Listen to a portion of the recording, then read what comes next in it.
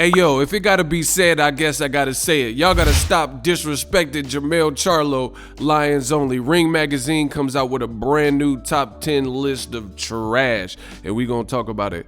What up, Fight World? It's your boy Ego, and I'm back with some more boxing. Make sure you smash the like button. Also, subscribe to my channel for the latest and greatest in boxing. Before I get started, I'm about to cook. Make sure you use my link in the description to get TUBEBUDDY. TUBEBUDDY is an awesome browser extension to help you take your YouTube channel to the next level. I've been using TUBEBUDDY successfully for years. Started off with 0 subscribers, and we're up to over 200,000.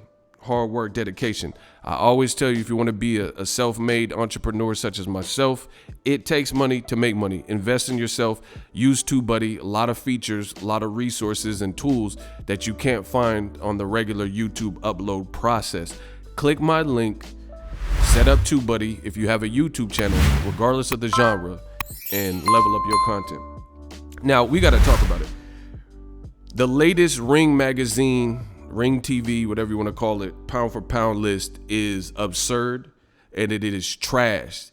90% pure garbage, in the words of Jadakiss. They continue to disrespect Jermell Charlo, H-Town, yeah. It's mind-blowing. But before I start ranting, let's talk about the list. In at number 1, Canelo Alvarez. In at number 2, Inoue, or Inoue. Number 3, Terrence Bud Crawford. 4, Alexander Usyk. 5, Errol Spence Jr. 6, Teofimo Lopez Jr. 7, Juan Francisco El Gallo Estrada. 8, Vasyl Lomachenko. 9, Josh Taylor. And number 10, Kazuto Ioka. Bro, this is probably one of their worst lists in recent memory. Where on earth is Jermell Charlo? Bro, the boxing game, and people wonder why. I don't think boxing is dead. Obviously, this is the sport I'm in. But people wonder why boxing gets laughed at and doesn't get looked at like yesteryear. You know what I'm saying? When Mike Tyson, hi, I'm Mike Tyson, catch my fight with Peter McNeely. You know what I'm saying? And people don't look at it and take it seriously sometimes. It's because of lists like this. Because the people that fans should be made privy to, like Jermell Charlo, Lions Only, H-Town, yeah, right? They get excluded and left off the list. I got so many issues with this list. Okay, Canelo number 1, fine. Even though we know he just fought Average Pilgrim, he has a great body of work and he's a great fighter. But how do you have Inoue at number 2 and Crawford and Spence behind him? Listen, I really rate Inoue. I think he's a great fighter. He's a champion. He could fight, he could scrap. I told people, when his name wasn't even big, to check for him. Great left hook to the body.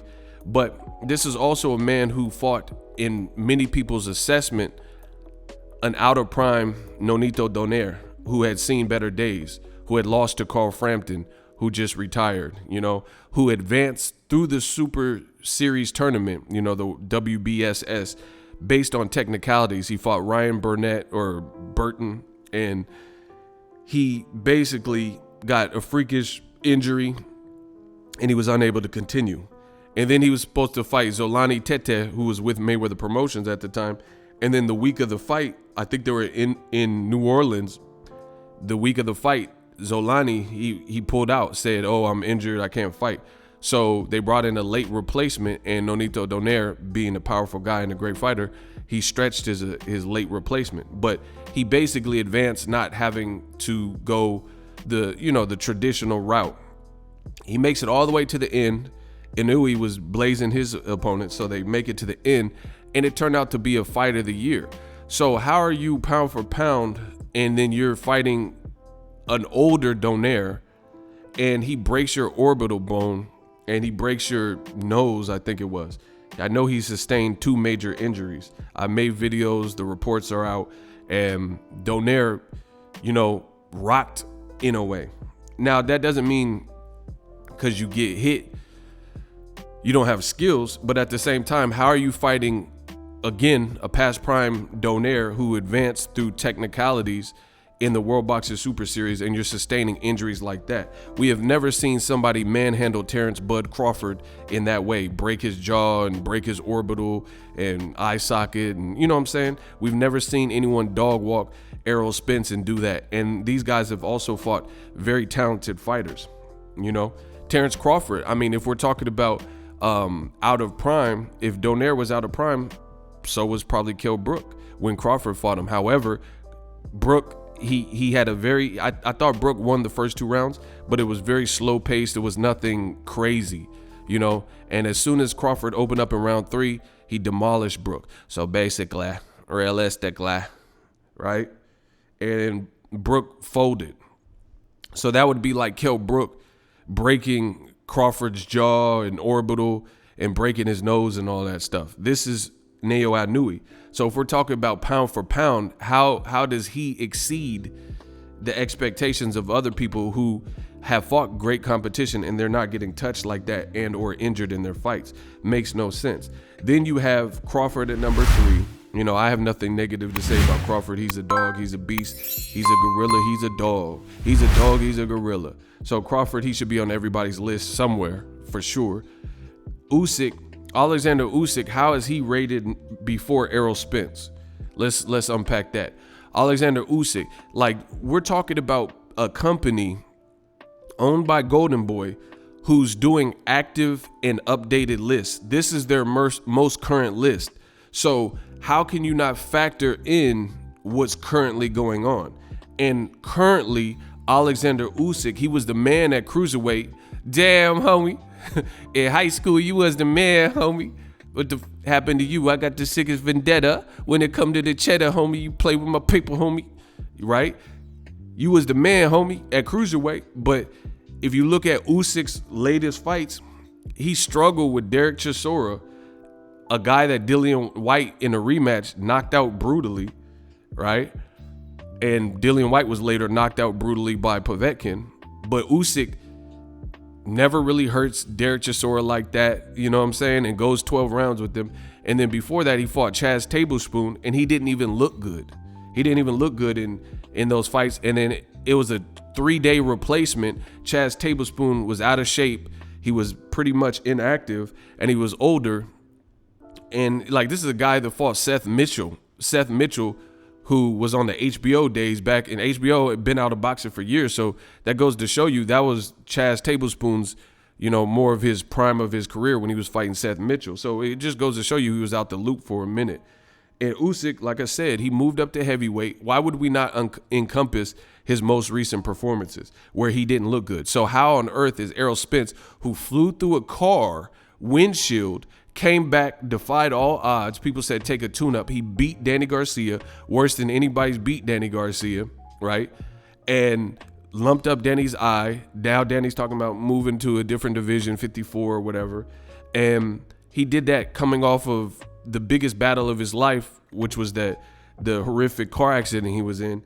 And you have the nerve to put him behind Usyk. And Errol Spence looked great in that fight, right? And every other fight, he dominated Mikey Garcia. That's no easy task. He was undefeated.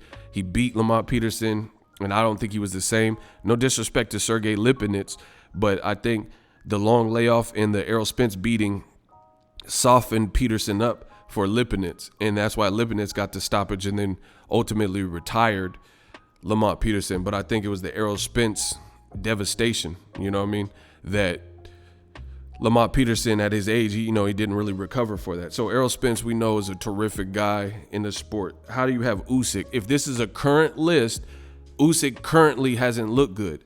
The last time he looked spectacular was at cruiserweight, but he don't fight at cruiserweight no more. What are we talking about, right? So that's one Texas fighter. And then the title of this video, another Texan, Jermell Charlo, has the Ring Magazine belt.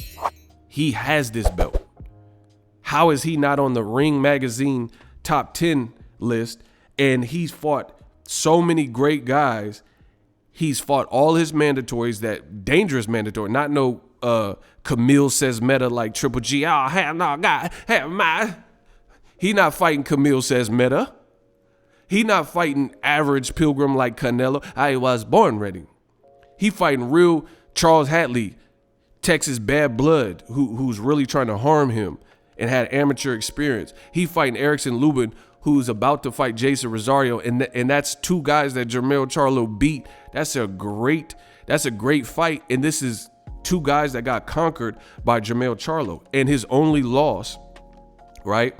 His only loss is to Tony Harrison, and that was debatable. I was at the fight. You know, some people thought Jermell won, some people thought Tony Harrison won, some people thought it was a draw. So that can't be the reason, because he has one loss, because he came back and avenged that loss by stoppage. I was also at that fight. Because if we're not putting him on the list because of one disputed loss, what about Vasyl Lomachenko? How is he number 8 and he got 2 losses and he only got 16 fights? He lost to Orlando Salido. Whoa. He lost to Teofimo, who didn't have the same type of experience, didn't have 2 Olympic gold medals. Man, what are we talking about? This is why boxing gets constantly ridiculed. This is a horrible list. And then you don't have Jermell on the list, but you have Estrada on the list. Lomachenko got 2 losses. Josh Taylor, you know, he could very well get beat by Jose Ramirez. And you got Kazuto Ioka on the list, but no Jermell Charlo, and he got the Ring magazine, and he had to go through real certified killers to get it. Bro, boxing on that BS, man. And I've already made the video about it. I don't care if you don't like me. I don't care if you don't like Jermell. I don't care if you like Jermall and the Charlo brothers. You, as a boxing fan or boxing entity, you got to do what's right. Who cares if you like Jermell? He's winning.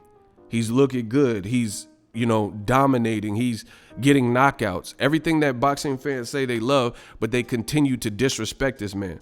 Man, if I was Jermell Charlo, I would be really offended. And you wonder why he acts like he does. And some people say he has a chip on his shoulder. Look at how they do him. He's a Ring magazine champion by stopping Jason Rosario, who had just beaten J-Rock by stoppage in his hometown of Philly. And then he has a tough fight. You know, Rosario was looking scary in there. Jermell boxes well, comes back to stop him, gives the man a seizure or heart attack or something on the ground, you know, where he was convulsing, and he can't make the list. Look at how they do black fighters in the sport of boxing. But Lomachenko got 16 fights and 2 losses, and he on the list. Kazuto Ioka on the list. Usyk ain't looking good at heavyweight, and he on the list. You don't have no Jermell, no Jermall. Errol Spence getting pushed back behind guys like Inoue, who only got a handful of fights, still a good fighter. Usyk, again, who hasn't. Man, come on, bro. This is a horrible list.